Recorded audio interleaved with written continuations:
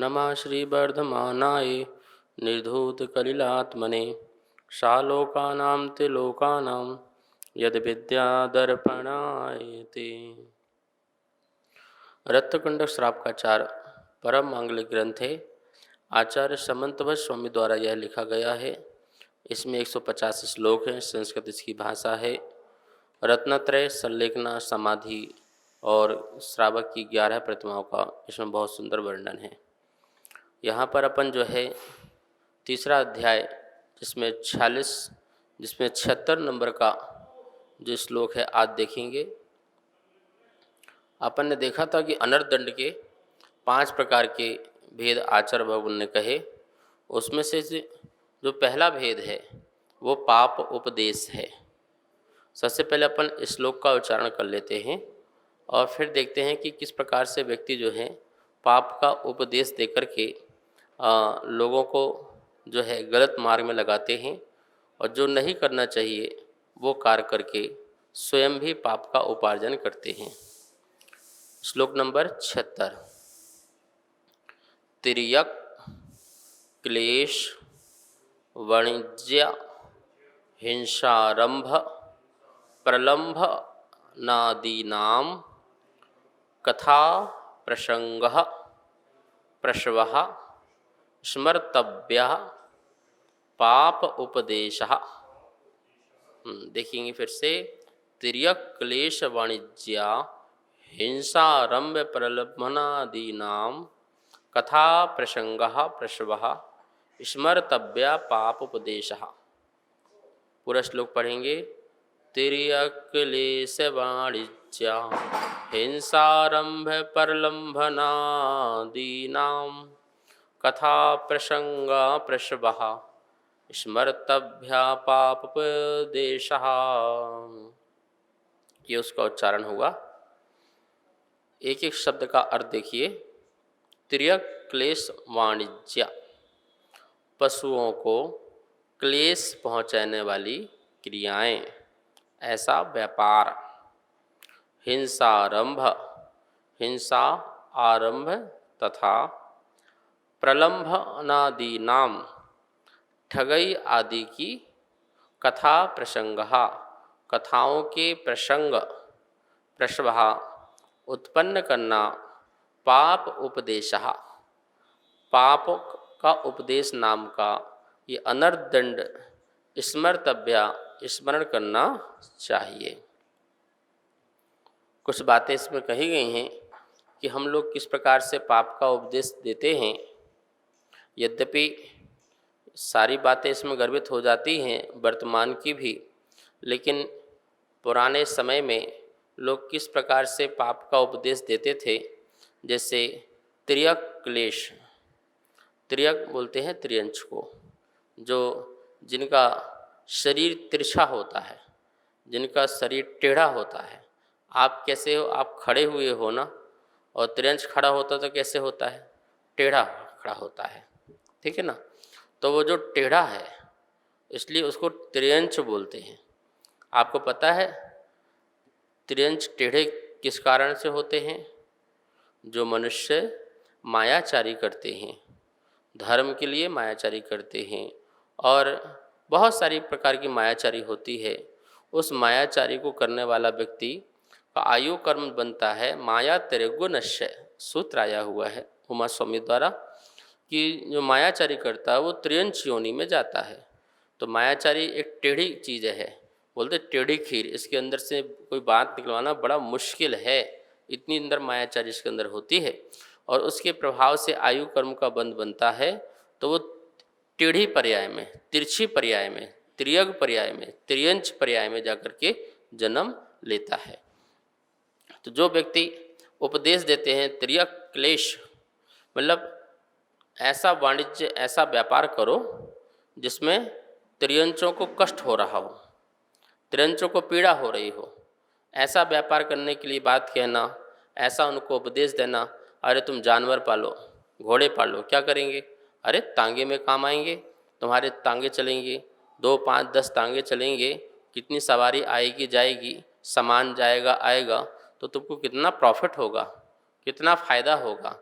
तो उसको क्या दे दिया, घोड़े पालने का, क्योंकि तुम्हारे से घोड़े पालने से बहुत सारा धन का लाभ होगा, इस उद्देश्य से तुम घोड़े को पालो। तुम्हारे लिए एक दो घोड़े करेंगे क्या, घास ही तो खाएंगे ना, पानी पिएंगे, घास खाएंगे, और कुछ थोड़ी चाहिए उनको, कोई मकान चाहिए हो, बड़ा स्थान चाहिए हो, जहाँ बांधो वहाँ बन जाते हैं, सस्ते में काम हो जाता है और दिन रात तुम्हारे लिए इनकम का साधन बन जाएगा। तो वो घोड़े पाल लिया। अब देखो घोड़े तो पाल लेगा, घोड़े पालने के बाद समय से भोजन नहीं, समय से पानी नहीं, और सुबह से शाम तक उसको दौड़ाते रहना। आप ही सोचिए आप कितना दौड़ पाते हो एक स्थान से दूसरे स्थान तक, और उसके लिए 50 किलोमीटर 100 किलोमीटर प्रतिदिन जो है वो बेचारा दौड़ता रहता है, यहाँ से वहाँ, वहाँ से यहाँ। कितना कष्ट और कितनी पीड़ा होती होगी उस जानवर के लिए, आप सोच नहीं सकते हैं। तो ये पाप उपदेश है, ठीक है ना। तुम तो नहीं पाल रहे हो, तुमने तो कहा भैया मैं तो कहाँ पाल रहा हूँ, मैं तो बताया, उपाय बताया बस। तुमने उपाय भी ऐसा कैसे बताया कि किसी जीव को कष्ट हो रही है, किसी जीव को पीड़ा हो रहा है। बैल का व्यापार कर लो, बैल क्या काम आएंगे, हल में काम, हल खेती जोतने में काम आएंगे, गाड़ी में खींचने में काम आएंगे, कितना सारा सामान लाद दिया जाता है, देखा नहीं। अति भारारोपण, इतना अति भार लाद दिया जाता है कि उसके आँखों से आंसू निकलते रहते हैं। कभी आप बैलों को देखना, गाड़ी में जोते जो होते हैं उनके आँखों से आंसू निकलने लगते हैं। तो इस प्रकार से भी हमें ऐसा उपदेश नहीं देना है जो जानवरों को बड़ी पीड़ा होती हो।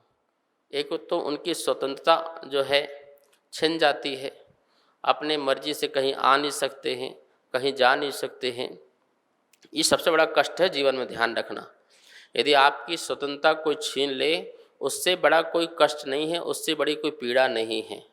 आपको कोई बोले भैया इसी मकान के अंदर रहना है, दिन भर ध्यान रखना, कहीं जाना नहीं है, तो आपके पास सारे साधन होते हुए भी आप दुखी हो जाएंगे, आप बहुत परेशान हो जाएंगे कि आज ये सारा वैभव भी ऐसा लग रहा है कि कुछ काम का ही नहीं वैभव है। मेरी स्वतंत्रता देखो, मैं अपने मर्जी से जा नहीं सकता हूँ, अपनी मर्जी से आ नहीं सकता हूँ। इसका बड़ा कष्ट होता है, बड़ी अंदर घुटन होती है, जैसे हम बोल नहीं पाते, जैसे हम कह नहीं पाते हैं। और मनुष्य हो तो आप तो कह भी देते हो। आजकल बच्चों को बंद कर देते हैं कमरे में, तो वो फ़ोन लगा के थाने में बोल देते हैं कि मेरे माता पिता ने ऐसा करा है, तो आपको सज़ा मिल जाती है।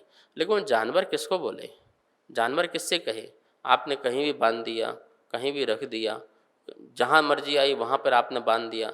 आप सफ़र करते हैं, यात्रा करते हैं, आप कमरे में रह जाते हैं, वो बाहर बंधा हुआ है, मच्छर काट रहे हैं, कोई जानवर आके परेशान भी करते हैं, कभी कभी सांप आके काट भी देते हैं उनको, और वो जानवर मर जाते हैं। गांव में देखो कितने जानवर रोज़ मरते हैं, वो सांप आदि तो काट देते हैं, कभी कभी अजगर जो है उसको खा जाते हैं, क्योंकि वो बंधा हुआ, भाग नहीं सकता, वो जा नहीं सकता है। तो ये सब कष्ट पीड़ा किसके कारण हुई, हमारे कारण हुई, क्योंकि आपने पाप का उपदेश दिया, ठीक है ना। ऐसा उपदेश नहीं देना है जिससे पाप का बंध हो। तो पहला बोला त्रियक क्लेश वाणिज्य, त्रियंचों को कष्ट पहुँचे ऐसा वाणिज्य, ऐसा व्यापार का उपदेश देना। और भी लोग जो हैं हिंसक परक जो जीव लोग हैं, बोलते भैया रातों रात अमीर होने के लिए बढ़िया है, जानवरों के लिए बेचो। तो क्या करेंगे, मरने जाएंगे, बूचड़ खाने जाएंगे, उनकी जो है चर्म निकलेगा, उनका चमड़ा निकलेगा, उनकी हड्डी निकलेगी, उनका मांस निकलेगा, उनके न जाने कितने सारे ऑर्गन्स निकलेंगे। ये सब जो हैं, ये सब लोग खरीदने वाले बैठे होते हैं, और रातों रात अमीर बनने का, और ये धंधा चल रहा है, बहुत तेज़ी से चल रहा है। ये बड़ी क्रूरता है, बड़े हिंसक परिणाम हैं, महा जो रौद्र परिणाम जब व्यक्ति के होते हैं, तब ऐसे जो है व्यक्ति के मन में भाव आते हैं, भैया आधी रोटी खा लेना, भूखे रह लेना, भूखे रह करके अपना जीवन चला जाए, प्राण चले जाए, लेकिन किसी के प्राण लेना अच्छी बात नहीं है, और कभी ऐसा काम करना भी हमें नहीं है, ध्यान रखना है। तो ऐसा व्यापार नहीं करना, जानवरों का व्यापार नहीं करना है, ठीक है ना, कि जानवरों को लेना, जानवरों को खरीदना, कम में बेचना, ज़्यादा में बेचना, इस प्रकार का व्यापार नहीं करना है, मना कर रहे हैं। बोले स्वयं तो करना ही नहीं है, दूसरे को सलाह भी नहीं देना है। यहाँ तो सलाह की बात चल रही है। उपदेश मतलब किसी को आप जो है समझा रहे हैं कि आप ऐसा कर लो तो आपको ऐसा फ़ायदा मिल जाएगा, इससे आपको और अच्छा आपकी तरक्की हो जाएगी। तो इस प्रकार के उपदेश भी आपको नहीं देने हैं। ठीक है, पहला समझ में आ गया ना, त्याग क्लेश वाणिज्य। फिर क्या लिखा है, हिंसारंभ दिया है, हिंसा आरंभ, ये हिंसा अलग है और आरंभ अलग है। हिंसा का उपदेश देना, हिंसा का उपदेश क्या हो सकता है, जैसे किसी को मारना, किसी को मारना हिंसा का उपदेश है। कोई व्यक्ति तुम्हारे पैसे रख ले और तुम्हारे पैसे अपहरण कर ले और पैसे तुमको नहीं दे रहा हो, तो तुम उससे क्या बोलोगे, भाई इसको निपटा दे, ठीक है ना। तो ऐसा उपदेश दे दिया तो क्या हो गया, एक ही बार का तो काम है, बार बार झंझट खत्म होगा, ख़त्म कर दो। तो हिंसा का उपदेश देना, ठीक है। पत्नी बात नहीं मान रही, अपने दोस्त को बताया, बोले एक बार ख़त्म करना किस्सा, क्यों चक्कर में फालतू पड़ा हुआ है, और उसको जला दिया, मार दिया, कुछ भी कर दिया। तो ये जो चीज़ें हैं हिंसा का उपदेश देना है। इसी प्रकार से हाथी आदि को बस में करना, बंदर को बस में करना, ये सब क्या है, हिंसा है। उनको बड़ा कष्ट होता है, बहुत पीड़ा होती है उनको पालने के लिए, हाथी को पालने के लिए, बंदर को पालने के लिए, उसे पैसे कमाने के लिए उनको बस में करते हैं, तो उनको भोजन पानी सब निरोध करते हैं और उसको कष्ट होता है। तो ये जो काम है ये भी कैसा है, ये वैसे तो वाणिज्य में आ जाएगा, लेकिन फिर भी ये हिंसा परक कार्य है, ठीक है ना। और हिंसा के उपदेश देना, हिंसा का उपदेश देना मतलब कि अब जैसे कोई फैक्ट्री है, कपड़े की फैक्ट्री मान लो, तो आपने सलाह दिया तो आजकल ये बढ़िया चल रहा है, कपड़ा ये वाला कपड़ा रख लो, ख़रीद लो, इसकी फैक्ट्री लगा लो। भाई फैक्ट्री तो लगा लेंगे, लेकिन आपको पता है कितना इसमें हिंसा होती है, बहुत हिंसा होती है।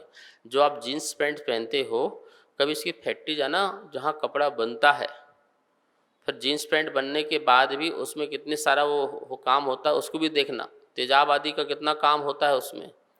एक एक कपड़े के लिए कितने कितने लीटर पानी जो है फेंकता है, बहुत उबलते हुए पानी में डाला जाता है, तेजाब भी डलता है और बहुत सारे काम होते हैं। मुझे किसी ने बताया था, तो मैंने बोला ये तो बहुत हिंसा वाला काम है। बोले गुरुजी बहुत हिंसा होती है कपड़े बनाने में, कपड़े को उसमें अच्छा लाने में, उसको रॉ बनाने में बहुत हिंसा होती है। और फिर धागा भी किससे बनेगा, धागा भी लोग जो है पेड़ पौधे काटते हैं, उनसे धागा आदि बनाते हैं। तो जो भी उपदेश दे रहे हो आप, वो हिंसा का उपदेश कहलाएगा। यदि आप जिससे हिंसा हो रही हो, मुनि महाराज के पास कोई पहुँचे, गुरुदेव आशीर्वाद दो, ये वाली दुकान खोल लें क्या, तो महाराज जी क्या कहेंगे, महाराज जी तो ओम हो जाएंगे, चुप हो जाएंगे, वो कुछ नहीं बोलेंगे। क्यों भैया, तू करेगा तो कुछ ना कुछ हिंसा तो उसमें होनी होनी है। ऐसा कोई व्यापार नहीं है जिसमें कुछ हिंसा ना होती। डायरेक्ट हिंसा तो मना ही कर दी, लेकिन इनडायरेक्ट हिंसा भी आरंभ सारंभ से होती है। ऐसी हिंसा वाले का उपदेश भी नहीं देते हैं, ठीक है ना। तो जिसमें हिंसा हो ऐसा नहीं। आरंभ, आरंभ के कार्य को बोलते हैं, खेती के कार्य को आरंभ के कार्य बोलते हैं। ये खेती वाले जितने भी काम होते हैं इसे आरंभ कहते हैं, ठीक है ना। तो उपदेश देना, तुम खेती करो, अच्छी फसल आएगी, अच्छा पैसा आएगा, मोटा पैसा आएगा, ठीक है। तो आप खेती करिए, तो खेती भी एक आरंभ है। तो आरंभ का भी उपदेश नहीं देना, ठीक है। ये किसको बोल रहे हैं, व्रती लोग ध्यान से सुने। जो व्रती लोग हैं, जो अव्रती हैं, तो उनको तो उपदेश दे ही नहीं रहे हैं, वो तो उनसे कह रहे हैं कि आप नियम लो, आगे बढ़ो। लेकिन जो व्रती हैं उसको कह रहे हैं कि ऐसा ये अनर्थ दंड कहलाएगा, तुमने छोड़ दिया, तुमने त्याग कर दिया, अब तुम ही दूसरे को खेती करने का, पशुपालन करने का, ठीक है ना, और भी अनेक प्रकार के प्राणी वध जिससे हो रहे हैं ऐसे हिंसा का उपदेश दे रहे हो। तो बोले नहीं, ऐसा कोई उपदेश तुमको देना नहीं है। फिर दिया है प्रलंबन। प्रलंबन मतलब क्या है, ठगने की विद्या, ठगने का उपदेश। जब किसी जीव को हम ठगते हैं, किसी प्राणी को, किसी व्यक्ति को, उनसे बहुत दुख होता है, ठीक है ना। तो ठगने की विद्या, ठगने की विद्या कई प्रकार की होती है। व्यक्ति लोगों ने अनेक अनेक प्रकार से कैसे कैसे ठगा जाता है, कैसे कैसे षड्यंत्र रचा जाता है, जाल बुना जाता है और उसमें फंसा दिया जाता है। अब वो न यहाँ का रहता है और ना वहाँ का रहता है, बहुत परेशान हो जाता है सामने वाला व्यक्ति, बहुत दुखी हो जाता है। तो ठगने की विद्या आप किसी भी फील्ड में देखो, हर फील्ड में व्यक्ति वो एक दूसरे को ठगने में लगा हुआ है। ठगने के मतलब आपको लूटने में लगा हुआ है। और ठगेगा तो मायाचारी करेगा, नियम से मायाचारी करेगा। वो आपको दिखेगा कुछ और अंदर होगा कुछ। तो कितने लोग हैं, आपके बच्चे का एडमिशन नहीं हो रहा है, अरे मैं करा दूंगा, पैसे ले लिया, नहीं कराया। मेरा काम नहीं हो रहा सरकार में, मैं करा दूंगा, पैसे ले लिया, काम नहीं कराया। मेरा व्यापार से उससे नहीं हो मिल पा रहा है, पैसा ले लिया, उससे व्यापार भी नहीं कराया। तो ऐसे ठगने का काम का उपदेश देना कि भाई देखो तुम इस प्रकार से लोगों को बेवकूफ़ बनाओ और अपना उल्लू सीधा करो। तो ऐसी विद्याएं हैं। लोग आजकल को बोलते कमेटी लगाते हैं, कमेटी में पैसे लगाने लगते हैं, बोले ऐसा बनाओ, विश्वास बनाओ और विश्वास बनाने के बाद एक बार में अपना काम करके निकल जाओ, तुम्हें कहीं किसी से कुछ बोलना नहीं पड़ेगा, कौन तुमसे मांगने आ रहा है, कौन तुमसे पीछे पड़ने वाला है। ठीक है, ये सब एक दिन में 2 दिन में लोग भूल जाते हैं। तो ये ऐसे ठगने की विद्या मतलब चोरी की कला की सिखाना, ये ठगना सिखाना, ये सारा का सारा उपदेश जो है ये पाप उपदेश है।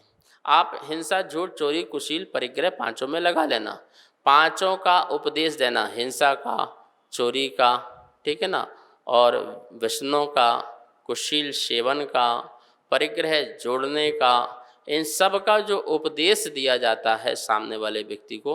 उपदेश का मतलब ऐसे नहीं कि जो महाराज जी प्रवचन कर रहे हैं वही उपदेश है, आप इस माध्यम से भी दे सकते हो। वैसे भी आप आपस में चर्चा करते समय, आपस में बात करते समय, बात ही बात में आप बोल जाते हो, आपको स्मरण भी नहीं रहता हम क्या बोल गए हैं, अथवा आपको स्मरण भी है कि मैं क्या बोल रहा हूँ और आप बोल भी जा रहे हो। तो ये सारी जो चीज़ें हैं इसको ध्यान में रखना है। व्रती लोग अपने व्रतों का पालन करते समय इस बात का ध्यान रखें, मेरे मुख से कभी भी पाप परक बातें ना निकलें, मैं किसी को प्रेरणा पाप करने की कभी मत दूं, क्योंकि मेरा ये अनर्थ दंड हो जाएगा और मेरा एक व्रत भंग हो जाएगा। शेष विषय कल। आइए माँ जनवाणी की स्तुति करते हैं।